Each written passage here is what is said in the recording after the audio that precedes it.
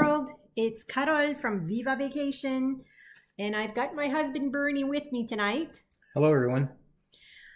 We're doing a podcast, this one on the British Isles.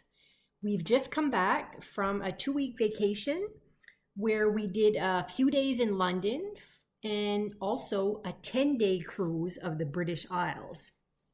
So before we get started on what we did and what we visited, I thought it'd be good if I gave perhaps a small lesson in geography, because if you guys are like me, it wasn't very clear before we left the differences between Great Britain, United Kingdom, the British Isles.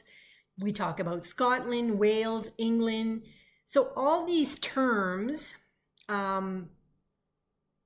it gets confusing at times. So I did my research, like everybody should before going on vacation, and learned quite a lot about the geography.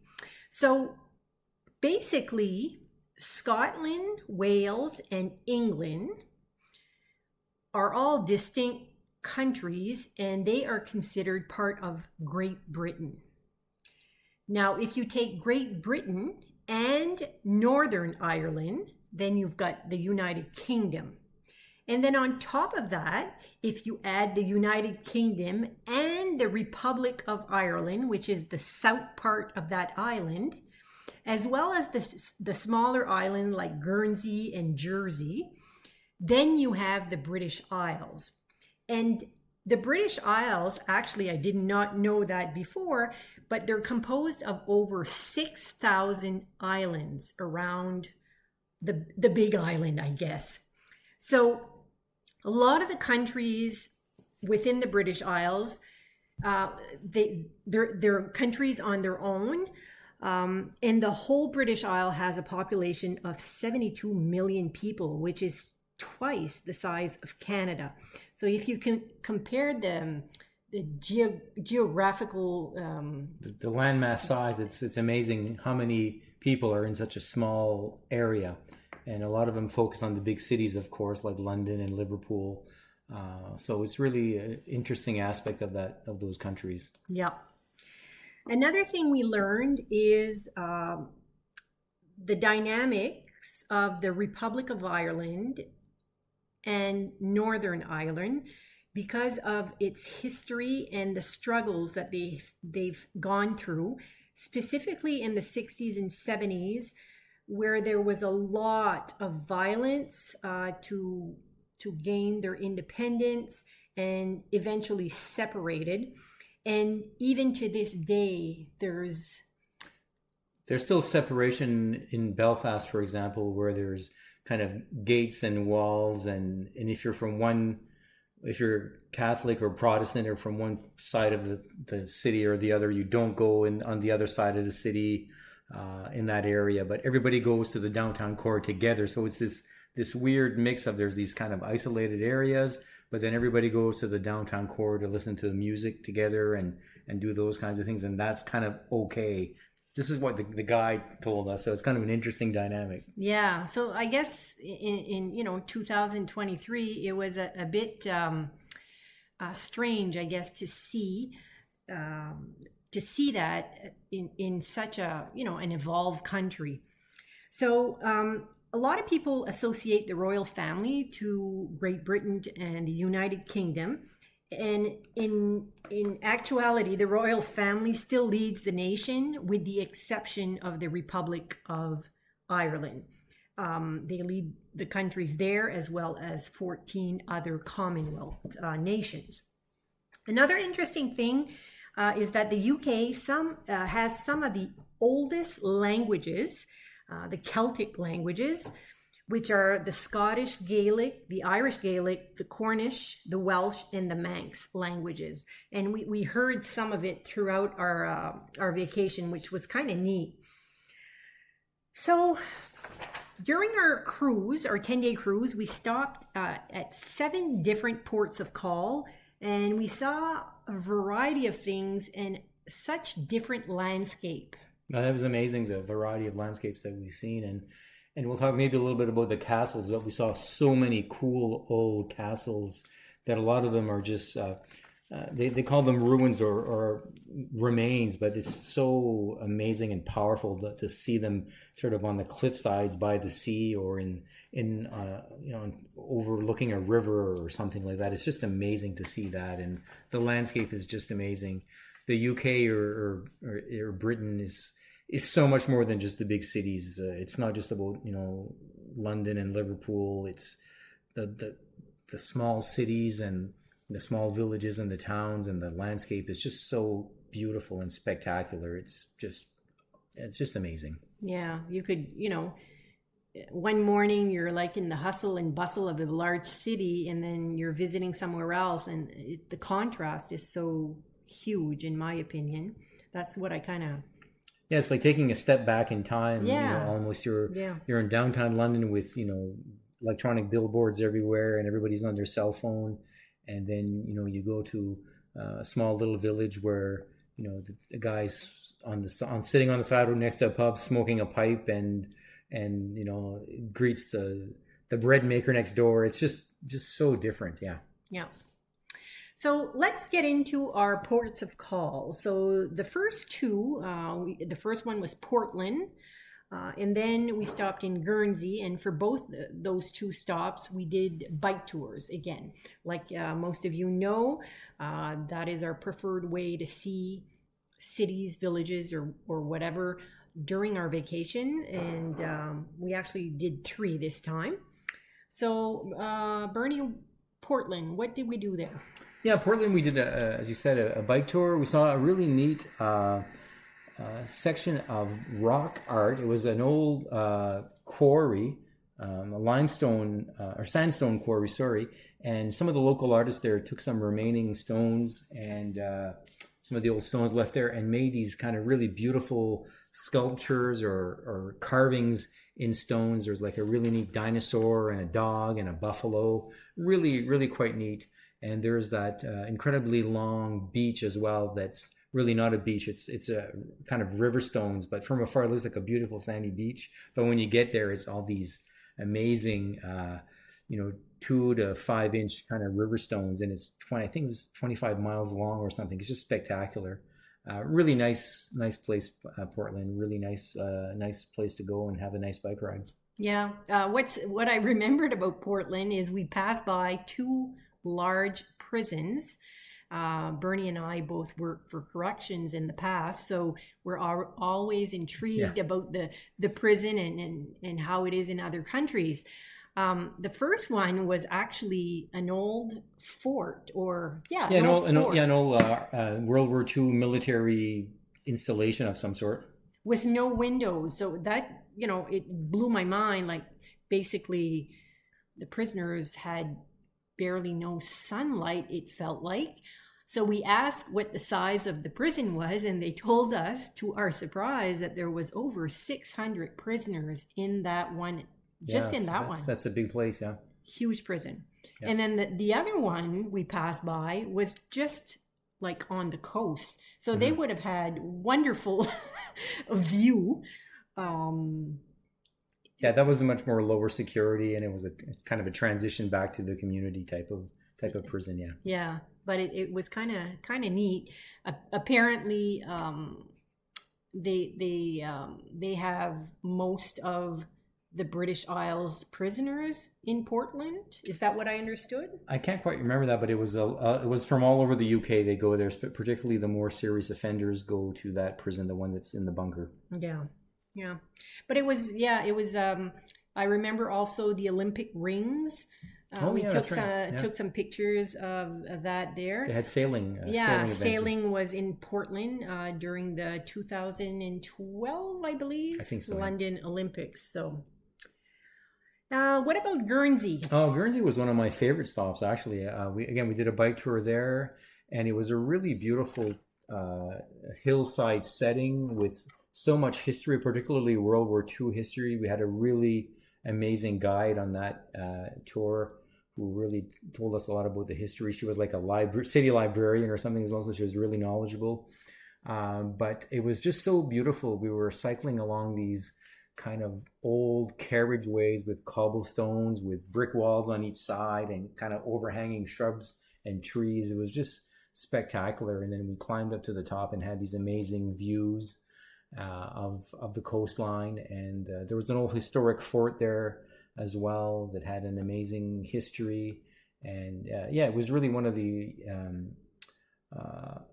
an island with so much history. Well, like every place there's just so much history there. But it was really a nice place to visit, and it's a really desirable place to live as well. And there's lots of rules about who can buy a house and who cannot buy a house and what you can do with it. And the guide gave us an example of a hotel that had burned, and that was in 2012, and the council still hadn't given them permission to rebuild again because they wanted to try something different. So all these stories, really interesting place. Yeah, and the guide herself had said she'd been on the island for 21 years, but she's still not considered a local because she wasn't born there. That's right, yeah. So what I liked about our tour there was going through the different neighborhoods within the island. It gives you a perspective of how people live and, you know, the differences. We went way up top. So happy we had an e-bike. Yeah, that's a big hill. It was a huge hill. But yeah, like small island, but really, really friendly and interesting. Yeah, exactly. So our third stop was actually called Cork in the Republic of Ireland. And Cork is the city that's closest to the water. And then the nearest big city is Glasgow. So during this day, it was kind of a do-it-yourself kind of tour. So we decided to take the train right off the ship, which took us into Glasgow, which is the nearest town. And then from there, we did take the bus to visit the famous Blarney Castle. Yeah, that was really, really nice.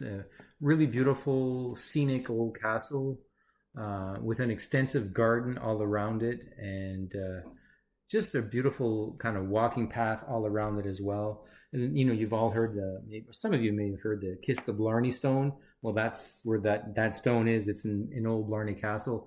But there's an incredibly long lineup to go and kiss the stone. So we bypassed that one and just kind of walked around and took some photos. But really beautiful site. And again, some great artwork all throughout the gardens and the landscape around it, and beautiful little streams flowing around it. But yeah, really nice stop there. And we had a beer and a burger in a local pub, small little Irish pub, just so iconic. And, you know, if you imagine an Irish pub, this is what it was. You know, it was just one of those kinds of things. Yeah, we kind of made an effort this trip to dine in the local pubs or local restaurants more so than other times. And, you know, it was really enjoyable. Like, you could see the locals come in. And the people who live there, not just the tourists. Yeah, exactly. So after lunch, we took a cab and went to Kinsale, which is a little picturesque village right on the coast or near the water, and basically just, you know, strolled around there. There was a lot. I felt there was a lot of shops closed. Mm-hmm. And I think like they hadn't fully recovered from the pandemic.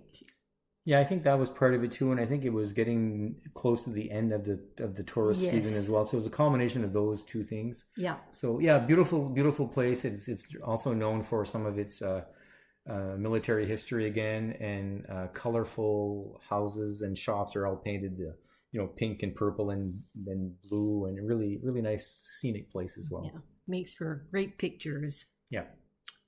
So that was the end of our first day. Of course, when we do it ourselves, it's a little bit more pressure to get back on the ship on time. So we had to take the train back, which was about a 45-minute train ride from Glasgow to Cork. But we made it in plenty of time. And it's pretty smooth. Pretty smooth, yeah. So our fourth stop was in Belfast, Northern Ireland. What did we do there? Oh, that was one of the highlights. There was the Giant's Causeway, which is like a major tourist site, and um, there's 40,000 interlocking kind of Columns. columns, and these were the result of a volcanic eruption. I'm not sure how long ago. It says 50 to 60 million years ago. It's hard to believe, but Yeah, so they're either like octagonal, like 8 sides, or 6 sides, or 4 sides, and they're like these big columns. And it's just such a powerful place. That the sea's crashing against it, and there's all these columns of stones just jutting out, and some are ground level, so you can kind of walk on them as well. But anyway, it's just a really powerful site, but very heavily touristed. Lots of people there, but just still worth seeing. yeah. We also saw a couple of castles there as well, and there was some Game of Thrones filming done in that area as well. And there's like a kind of little harbor where Arya Stark is shown coming out of the water. I think I don't quite remember that part of the episodes, but there's a little plaque there that describes what it is. But really beautiful coastline, just dramatic and powerful coastline. And it was windy and rainy there that day as well, so it even added to the wind sweat feeling of it. So really just spectacular. Yeah, and the Giant's Causeway was like at the tip of Northern Ireland, so we couldn't have gotten there like either on our own or with a bike. So we were actually on a bus tour that day. Oh, that's right. It was quite a long day because we left very early in the morning. Mm-hmm. It was a full day, but still worth seeing what we saw that day. Yeah, absolutely, yeah. And also another interesting aspect of Belfast is it's where a lot of history with the Titanic has occurred there. So there's a Titanic museum there, and lots of interesting information about the Titanic from that area as well. So we spent a little bit of time just kind of on the tour bus, kind of riding around there and getting some information about that. Really interesting aspect as well. This is actually the place where we saw the gates between the communities. Yeah, exactly. Yeah, that was very strange. There was also that big wall with graffiti that was really nice. Remember that? You took a lot of pictures. Oh yeah. It seemed like part of the city, but it was graffiti art that looked good. Yeah. So our fifth port of call was actually in Greenock, Scotland. Remind me what we did in Greenock. Well, that was another rainy day. There was some heavy rain that day, so we were lucky to have rain gear with us. Very rainy and windy, but that's kind of, I guess, to be expected in that area. Yeah, exactly. So that was essentially, again, that was another bus tour, but it was essentially a big loop in the Scottish Highlands, which was really spectacular, so visually stunning. Lots of sheep, beautiful hills and rocky mountains, and we saw a couple of castles as well, just amazing castles. I think we saw 3 castles there. We also stopped at a loch and kind of walked around there. There were some beautiful places to go take a look at the loch as well. I'm trying to think of what else we did there. There was also some history of the Vikings there. There was a little church with a Viking grave as well that was quite interesting. And it's just visually so stunning to see that, and so much history with mining and the history between the Scots and the English and all that kind of stuff with unification and the history behind that. There's just so much history there compared to North America. Yeah, and a lot of sheeps. Yeah. Yeah, we saw a lot of sheep and a lot of cattle. All right. Next one, another bike tour of Liverpool. Actually, it was a Beatles bike tour, which was extremely interesting. First bike tour we've done where the guide had music playing, Yeah, yeah. of course, Beatles music. And we stopped at a lot of neat places. Yeah, it was like I said, like I said, a Beatles themed tour. So we went to a lot of historic sites where the Beatles um, played or grew up in Liverpool. So we saw. We started with Ringo's childhood home with the door address number 9, of course, and we also saw John Lennon's home where he grew up, and Paul as well, Paul McCartney's home where he grew up. We also went to this really funky blues bar where Ringo was inspired and produced one of his comeback solo albums. We went to Strawberry Field. Went to the church where they first met. Where they first met and first played together, John and Paul. We went to Penny Lane, which is actually like a little road, and we went to the church actually, where they used to hang out, particularly John and Paul, and they used to sit around that church because it was close to the music hall and kind of look at the grave sites that were there, and the writings on the grave sites were inspiration for some of their songs, including Eleanor Rigby. And there's actually a grave with the name of Eleanor Rigby. There's a few Rigbys, but Eleanor Rigby is there as well. So really neat bike tour.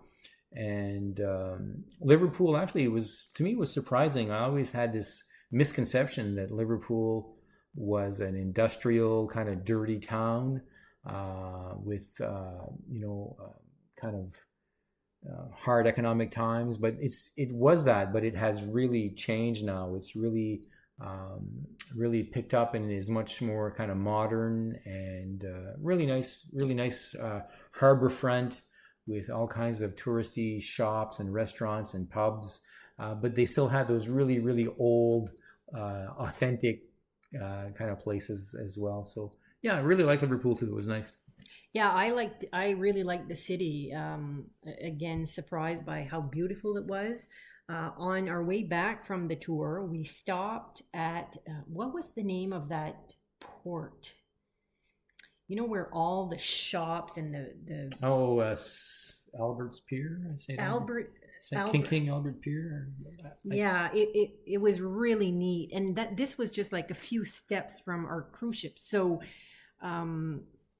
So much to do and see. Even if you wouldn't have took a tour, you could have just walked around that area, and you could have spent 3-4 hours there. Oh yeah.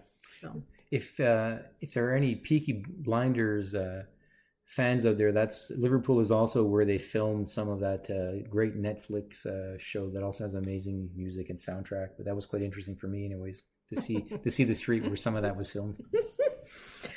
Okay, so our 7th and final port of call was called Holyhead, Wales.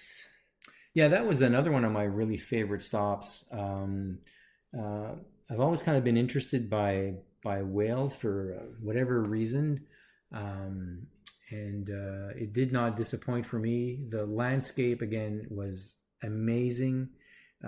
We went to some amazing castles. We went to Conway Castle. And I'm trying to pronounce it, Caernarfon Castle, and those were really nice as well. Another kind of Game of Thrones filming areas with these beautiful kind of mountains and hills, just so majestic. And we also did a stop in Ogwen Hills, where we were able to go out for a little walk, maybe for 45 minutes or so, into the hills and into the mountains on this kind of beautiful stone kind of walkway, and just the geological formations, and it's just so stunning. I took thousands of pictures there. I'm sure, just amazing. One of my favorite parts of the trip was just walking there as well. You can just feel it's so powerful there, like the landscape and it can't help but move you. Yeah, and probably the words are not enough to explain the feeling. You'd have to look at the pictures, and probably even that wouldn't be enough. Just to be there, like just stand around and you just did a 360 and looked around you, like you felt like very small. Very small, yeah. So did that wrap up our last day? Yeah, that was it. Maybe we can talk a little bit about when we got off the ship in our last day before we get to the airport. Yeah, so in order not to rush back to the airport the day we finished our cruise, we decided to only take the flight home the next day, which permitted us to do another tour on that last day, which we really enjoyed. It kind of really finished well the vacation. So on that tour, we stopped at 3 different places, and the first place was called Salisbury. They explained to us that unless you had a cathedral, you weren't considered a city. So Salisbury had 125,000 people. However, the cathedral was out of this world. Like, we've seen a lot of cathedral in the last 6 months between the 2 trips we've done in Europe, like, Barcelona and London. And this one, for me, was, as impressive as some of the other ones we've seen. Yeah, it was pretty spectacular in the details on the outside of it, just like the stained glass, the windows, the art and the arches everywhere, just spectacular. Yeah.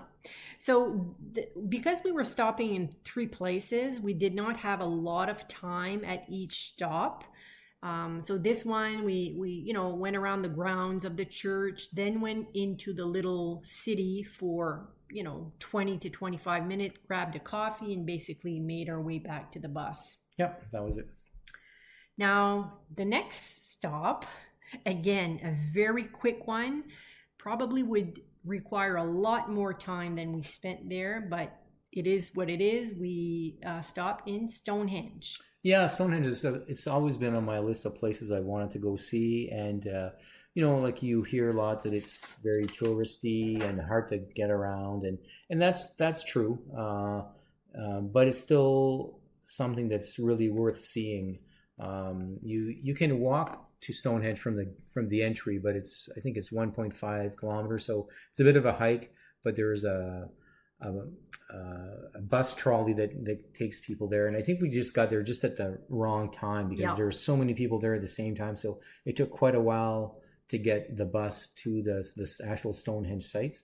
But once we got there, we kind of walked around and looked at it, and it's so impressive and just so amazing. And there's a whole history behind Stonehenge that we don't have time to get into, but it's really interesting, and it's another one of those areas. It's kind of in the middle of a field at this stage, and there's sheep and cows around, not that far away from it, and it just these monoliths, just rocks, just there in the middle of the field in that kind of beautiful formation. But it's worth seeing if you do get a chance. It's one of those places that you kind of have to go and look and experience it, and it's worth it. It's worth looking at it. Yeah, they say that it's an archaeological mystery, the Circle of Stone. Some say it was a burial site, a ceremonial site. Some say that it was an astronomical calendar type thing. And of course, you've got those that say that it was, alien landing place. So, so interesting that, after all these years, they're still not 100% sure what it was actually for. Yeah, that's right. They don't know. So makes that even more interesting.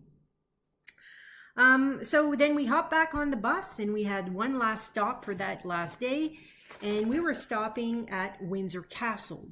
Now, since we had already gone to Windsor Castle in May, we were kind of happy because in May we didn't have time to stroll in the little picturesque city around Windsor Castle. So this time, this is what we did.